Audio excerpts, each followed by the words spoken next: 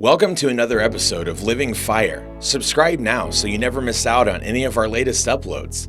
Let's get into the video. You've probably heard about the dog napping of Lady Gaga's French bulldogs, but in case you haven't, here are the details. On the night of Wednesday, February 24th, professional dog walker Ryan Fischer was strolling down North Sierra Bonita Avenue in Hollywood with Lady Gaga's 3 dogs. Suddenly, 2 men jumped out of a white Nissan Altima and went for the dogs. When Fischer kept hold of the dogs and started yelling, one of them shot him in the chest. They grabbed 2 of the dogs, Koji and Gustav, and hightailed it down the street in their car, leaving Ryan Fischer lying in a pool of blood. The theft was caught on a surveillance camera. At the time, Lady Gaga was in Rome shooting a movie, but she immediately offered $500,000 to anyone who could return her dogs. No questions asked. 2 days later, a woman handed Koji and Gustav over to the cops. The identity of the woman has not been released, though the police do not believe she was involved in the crime. Whether or not she will get the reward money is unclear. This unfortunate event and the size of the reward got us thinking about the monetary value we place on our dogs and cats. Are pets people or property? Well, here's the problem. While we increasingly think of pets as people, from a legal perspective, the dogs and cats in our lives are considered property. Like a used car, it is perfectly legal to buy, sell, or give away a companion animal. But there is a difference between determining the value of a used car and a personal pet. You can look up exactly how much your car is worth by checking the Kelley Blue Book, not so much with the value of an animal that has been in your life for years. What determines the dollar value of a pet? Well, one factor, of course, is the wealth of its owner. If we did the math right, by offering $500,000 to get Koji and Gustav back, Lady Gaga puts the value of each of her pups at $250,000. By comparison, Barbra Streisand paid only $50,000 for 2 puppies cloned from her deceased dog Samantha. Unlike Lady Gaga, most pet lovers are not fabulously rich. There are, however, several methods that shed light on the monetary value of our beloved dogs and cats. How does behavioral economics explain the value of pets? The first method comes from behavioral economics. You ask people how much they would fork out to save their pet. This concept is called willingness to pay.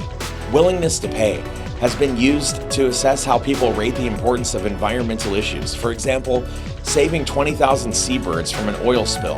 Recently, several researchers have used this technique to calculate the monetary value of pets.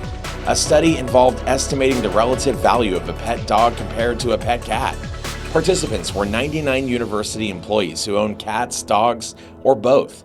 First, they were asked to think about one of their pets. Then they read this statement. As you imagine owning this pet, imagine that your pet contracts a serious illness. Curing this pet requires much surgery, and without the surgery, your pet will die. What is the most you would be willing to pay for the life-saving surgery for your pet? On average, dog owners said they would be willing to pay $10,000 to save their pet, while the cat owners would pay about half as much, $5,000. Therefore, it appears a companion dog is worth about twice as much money as a companion cat. How does the law explain the value of pets? The system offers another window into the monetary value of pets.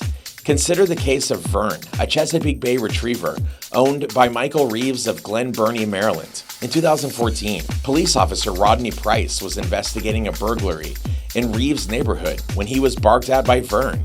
Feeling threatened by the big dog, Price pulled out his gun and shot him. Officer Price claimed the dog was going to attack him, and he was exonerated by an internal police investigation. But the Reeves family disputed Price's account. They said Vern was not aggressive and did not endanger Officer Price, that he was just barking at a stranger in his yard. They filed a wrongful death lawsuit. Well, the jury agreed with them and awarded Reeves $1.26 million in damages for Vern's death, $500,000 in monetary damages, and $760,000 in damages due to emotional distress for Reeves. While $1,200,000 is on the high side, other legal cases have also put premiums on the lives of pets. A Connecticut jury awarded $202,000 to a man and his daughter, whose 115-pound mild-mannered St. Bernard was shot by Hartford police during an illegal search. In a civil lawsuit, a Franklin County, Washington jury awarded $100,000 to Jim Anderson, who whose Springer Spaniel Chucky was shot and killed by his neighbor. An expert testified that, as a highly trained hunting dog, Chucky was worth $10,500. In 2013, a $110,000 settlement was reached in Buffalo, New York, when a detective shot Adam Ario's best friend, a Staffordshire Terrier named Cindy.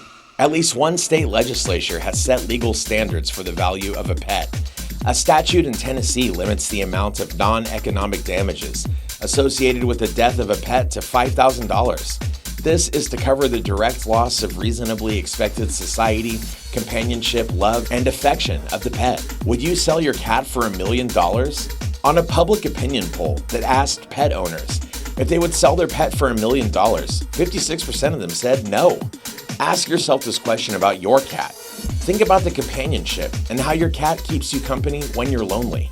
Whether it's a frisky kitten or a tubby tabby, a cat at home could cut your heart attack or stroke risk by almost a third, according to a new study. Did you know they help people cope with stress better, lowering blood pressure and helping reduce cholesterol? In some cases, at least as effectively as medication. Well, with that, we've reached the end of this video, all about whether pets are worth the money. Do you own a pet? Would you sell your pet for $1 million? Let us know in the comments section down below. If you enjoyed this episode and you found it helpful, don't forget to give a thumbs up and to subscribe to our channel for more content just like this. Thanks for watching, and we'll see you in the next one.